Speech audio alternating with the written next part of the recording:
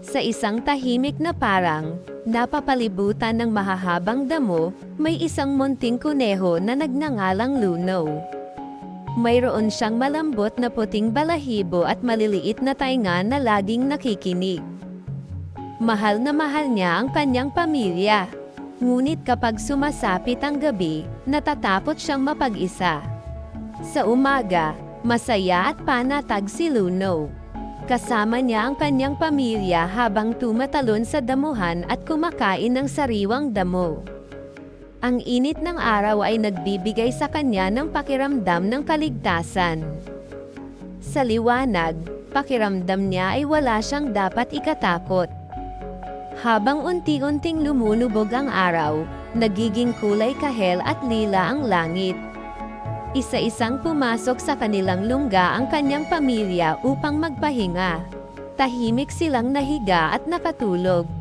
Ngunit si Luno ay nanatiling gising, nakamasid sa dilim.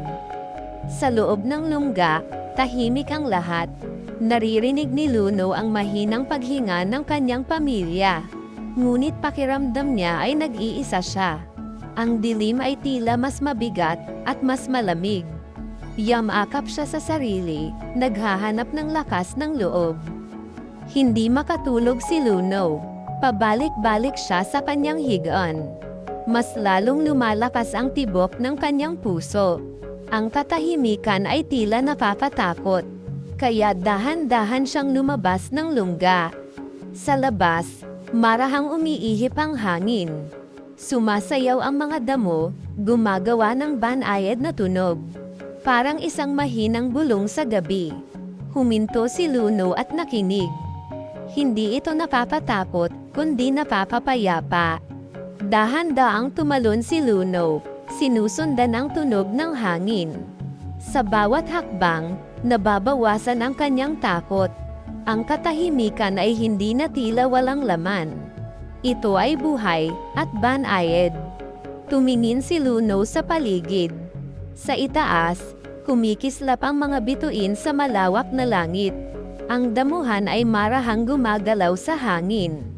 Napagtanto niya, ang gabi ay hindi nakakatakot, ito ay tahimik lamang. Umupo si Luno at huminga ng malalim.